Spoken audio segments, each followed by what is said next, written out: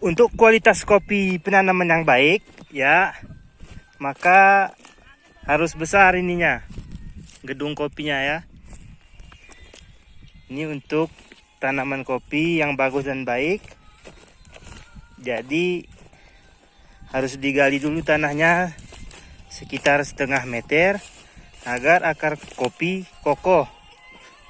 Kemudian tanahnya juga akan diganti. Seperti ini kira-kira. Nah, ini kita akan buka seluas 10 hektar. Kemudian nanti kopinya akan dikontrak oleh pengusaha kopi asal Dubai. Nah, begini caranya. Jadi harus diambil tanah warna kuning, kemudian nanti akan diganti dengan tanah yang hitam agar kopi tersebut subur. Betul nggak, Pak? Betul, Pak. Nah, kapan lagi nguruk kopi di ketinggian 1800 mdpl? Ada danau. Jadi lelah akan hilang kalau melihat pemandangan yang seperti ini. Nah, itu gubuk kita. Kebetulan cuaca mendung, maka keringat pun tidak keluar.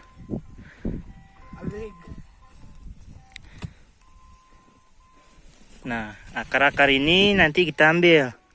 Yang seperti ini mengganggu pertumbuhan kopi. Jadi untuk teman-teman sekalian, baik di daerah Takengon, Bener Meriah, ataupun di luar Sumatera, untuk tanaman di ketinggian 1800 mdpl ataupun di daerah yang dataran tinggi yang cuacanya sejuk dan dingin, maka yang paling cocok adalah ateng. Kalau ateng biasanya varietas ateng, nama lainnya adalah katimor. Kalau tim-tim sejenis Abyssinian itu tidak bagus di ketinggian karena terlalu dingin dan cuaca juga ekstrim. Bisa kita lihat kebun kopi di bawah sudah jadi.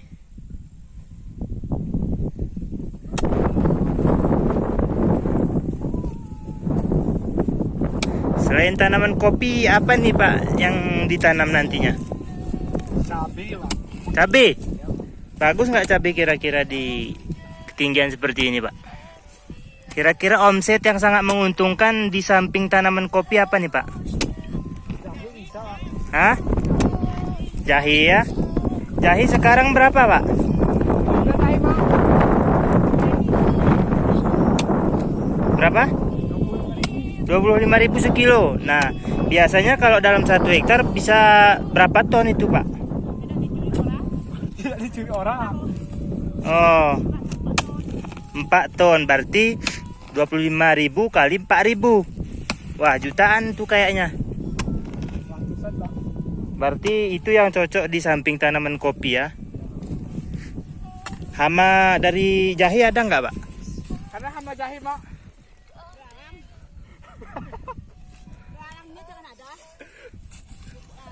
Ah, jadi kalau jahe nggak perlu pupuk kayaknya. Ini tanah udah subur nih. Sebelumnya ini memang udah kebun, tapi udah kebakaran dulu. Masa konflik juga udah ditinggalin. Ini jarang-jarang nih di ketinggian seperti ini kebun orang. Ini aja baru tanam kita. Biasanya kebun orang kaya, Pak. Jadi kalau kopi sekarang selama kopi turun drastis. Berapa Pak kopi sekarang? 14.000, Pak. 14.000 per bambu apa? Apanya ini? Yang hijau? Kalau yang udah digiling jadi gabah dia. Sudah, Mak, 17.000. 17.000. Sedih angkanya dah. Waduh, Corona, Bang, enggak? sayang sekali kopi dataran tinggi Gayo ini sudah mengalami penurunan drastis 50%. Naikkan harga kopi. 50% turun drastis. Sayang petani kan. Tidak lain, tidak bukan karena semasa Covid, masa pandemi yang seperti saat ini. Bukan di Jakarta, di kota-kota besar, ternyata di kota Takengon ini pun mengalami dampak dari pandemi tersebut. Jadi selaku petani kopi sangat merugikan sekali tentunya. Karena pendapatan biasanya penjualan dari 10 atau 10 kaleng itu kan bisa sampai 1.500.000. Hari ini bisa mungkin cuma 500.000 doang. Ini belum lagi jajan untuk sekolah ini. Nah, SPP, biaya paket online, kebutuhan dapur, dan lain sebagainya, termasuk pupuk. Untuk tanaman kopi juga tidak bisa dibeli, walaupun pupuknya organik, tapi kan harus dibeli biasanya.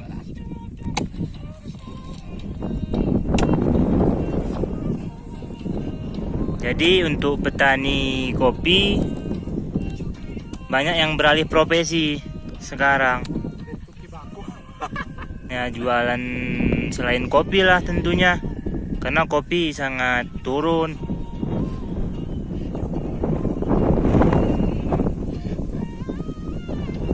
Ini berapa gedung sudah Pak? Sudah dibuka? 200 gedung masih. Seharusnya bibit yang udah disediain 18.000. Ini 200 biji masih, karena kita baru mulai juga. Kemarin bermasalah juga sini. Nah, jalan susah. Kemudian kemarin baru kita babak, tapi tiba-tiba pandemi datang. Ini uang pun nggak ada untuk transportasi ke sini, minyak kereta.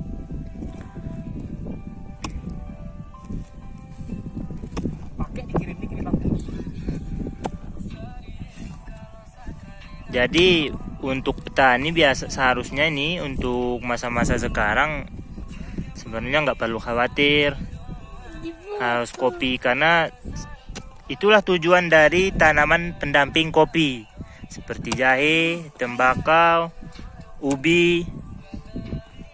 Ini sangat membantu karena walaupun masih pandemi itu masih dibutuhkan dan harganya cukup normal. Seperti ubi sekitaran 5.000, jahe 25.000, kuning 2.000 sampai 5.000 per kilonya. Nah, udaranya dingin sekali ya. Ini nggak beda jauh sama Mega Bendung di Bogor, Jawa Barat, ataupun di Lembang, Bandung.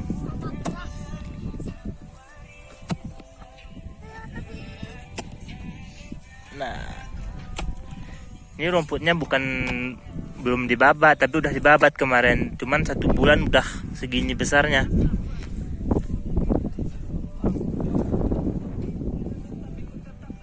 Jadi kalau kopi sekitar 5 hektar atau 10 hektar bisa MM-an nggak uangnya Pak? Kalau masa pandemi nggak bisa Pak. Masa pandemi nggak bisa ya.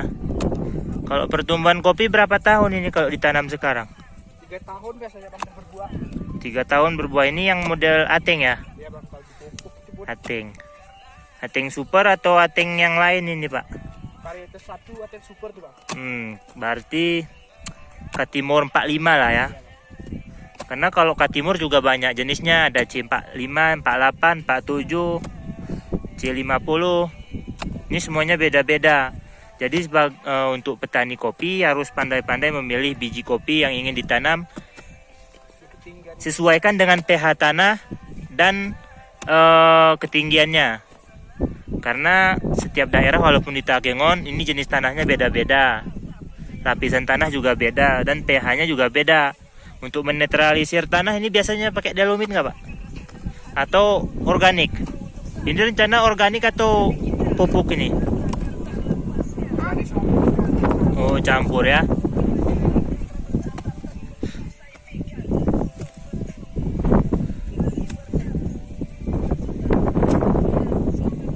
Ini kalau jadi bisa jadi miliarder nih abang ini nih.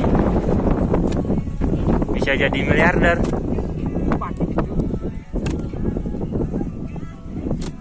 Gimana Win? Enak ke kebun?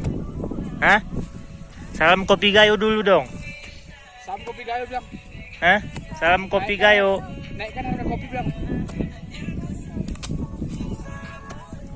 Jadi untuk buyer kita di Jakarta ataupun para pengonsumsi kopi, pecinta kopi dan lain sebagainya, seperti inilah proses pertama dari mulai pembukaan lahan, pengorekan gedung untuk kopi.